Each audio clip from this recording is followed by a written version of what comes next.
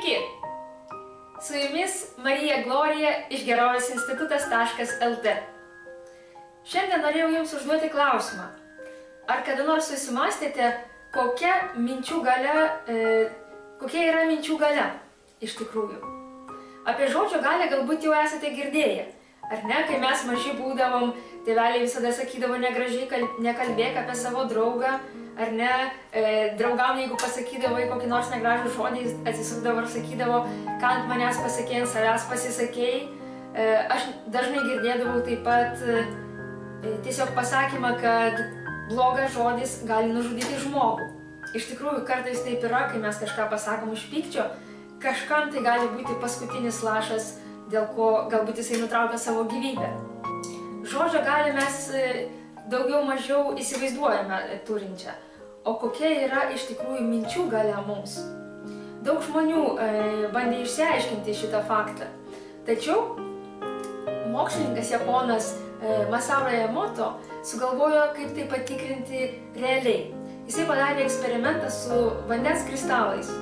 Ir labai paprastai tiesiog užšaldė vandenį ir pro mikroskopą fotografavo vandens kristalus, norėdamas įsitikinti, ar keičiasi vandens kristalai nuo to, ką mes sakome, tarkim, kreipdamiesi į vandenį, sukalbėdami, tarkim, maldą.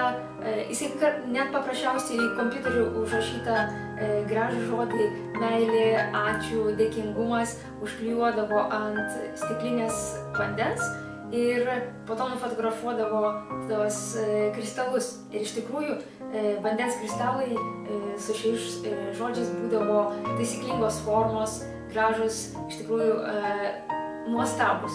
Kitame video pamatysite jų nuotraukas. Lygiai taip pat jisai ant kitų stiklinių užklijuodavo su vandeniu, užklijuodavo, tarkim, žodžius kaip neapykanta, baimė, aš nekenčiu tavęs, ir iš tikrųjų vandens kristalai būdavo visiškai deformuoti, kai kur netgi nesimatydavo, ar apskritai tai yra kristalas. Taigi, savo bandymu jisai įrodė, kad netgi paprasčiausia mintis daro įtaką mūsų, siunčiama mintis daro įtaką vandeniui. O jūs įsivaizduokite, žmogaus organizmas yra sudarytas praktiškai tarp 70–80% vandens, priklauso nuo teorijos. O mūsų smegenys, mūsų galvoje, to vandens yra 90%. Tiksliau, turėtų būti. Ar ne, kai mus pradeda kankinti migrenos, galvos skausmai ir panašiai, pirmas dalykas, ką padarykite, išgerkite vandens, nes galimas daiktas jo tiesiog trūksta smegenimi, tenai nevyksta tinkama kraujo cirkuliacija. Taigi, kodėl uždaviau jums tą klausimą? Tiesiog mes, kai kalbame, mes kartais kažką pasakom nepagalvodami, ar ne, ir paskui galime atsiprašyti kito žmogaus. Tačiau, kai mes kalbame patys su savim, juk kiekvieną dieną mūsų galvoje kaip praskrieja apie 60 000 minčių. Be abejo, kiekvienos mes negalim jos išanalizuoti, bet tame 60 000 minčių sūkuryje yra kai kurios pastovios mintis, kurios, galime sakyti, mus kamuoja. Arba priešingai, mus užveda kažką daryti. Taigi, jeigu mes mąstome pozityviai, jeigu mes tikime, kad mums viskas pasiseks, jeigu mes tikime, kad mūsų svajonės išsipildys, tai mūsų tas, galime sakyti, užsiprogramavimas į gėrį vyksta kiekvieną dieną nuolatos.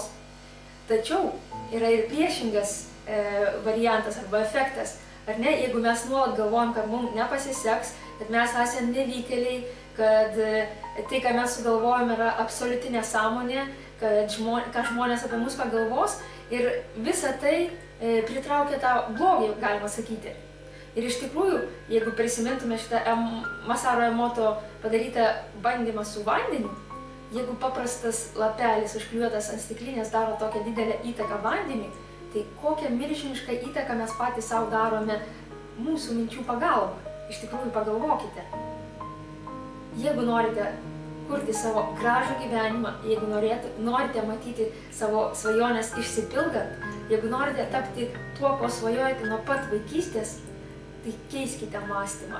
Kiekvieną dieną atsikelkite, nusišypsokite savo ir pasakykite, aš esu nuostabus, man viskas pavyks, man nėra negalimų dalykų, mano svajonės yra tai, ką aš tikrai pasieksiu ir man nėra jokių kliūčių.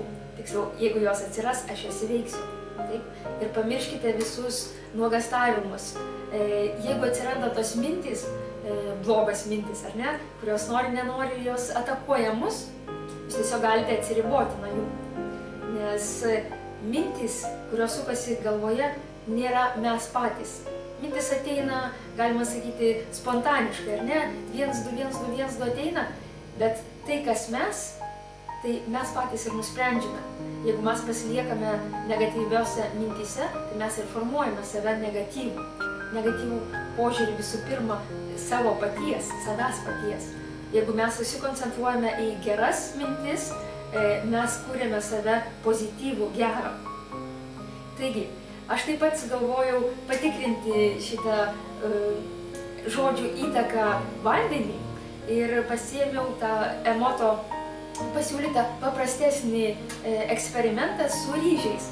Iš tikrųjų, jisai išvirė ryžių, sudėjo juos į stiklainiukus, ar nežinau, iš tikrųjų, galbūt ten buvo stiklinės ar buteliukai, tai nėra visiškai jokios, neturi svarbos. Ir jisai pastatė tai mokinukams ant palangės ir kiekvienas mokinukas kiekvieną dieną eidavo ir, tarkim, jeigu buvo užrašytas geras žodis meilė, tiesiog kalbėdavo su tais ryžiais. Ne? Ir po mėnesio, nes šitas eksperimentas trunka mėnesį, buvo žiūrimi rezultatai. Ir iš tikrųjų, ten, kur žodžiai buvo nuostabus, rezultatai buvo nuostabus. Arba ryžiai buvo švelniai pakeitę savo formą, atsiradusi kažkokia ružava spalva, fermentacija prasidėjusi. Jeigu tai buvo jau puvėsis, tai būdavo tikrai labai gražus reginys, kokie kalnai kalnuoti, pakalnės nuplikę, kaip sakoma. O ten, kur buvo neigiami žodžiai, iš tikrųjų tie ryžiai tiesiog juodai supuvo. Iš tikrųjų buvo visiškai netikėtas rezultatas, galima taip sakyti, mums, jeigu mes netikime žodžių gale. Taigi, šitą eksperimentą norėjau padaryti ir aš.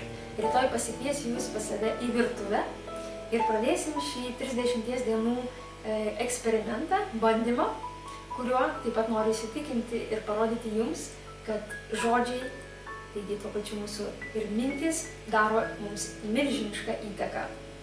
Taigi nepamirškite girti patys savęs visų pirma, nepamirškite sakyti gerų žodžių savo artimiems žmonėms, vyrui, žmonai, vaikams, tėvams, aplinkiniams, tiesiog bendradarbiams ir pamatysite, kaip jūsų pasaulis, jūsų aplinka pradės keistis, jums pradės sektis. Patikėkite manim. Nepamirškite, kad esate gimę būti laimingais. Iki susitikimo. Ate.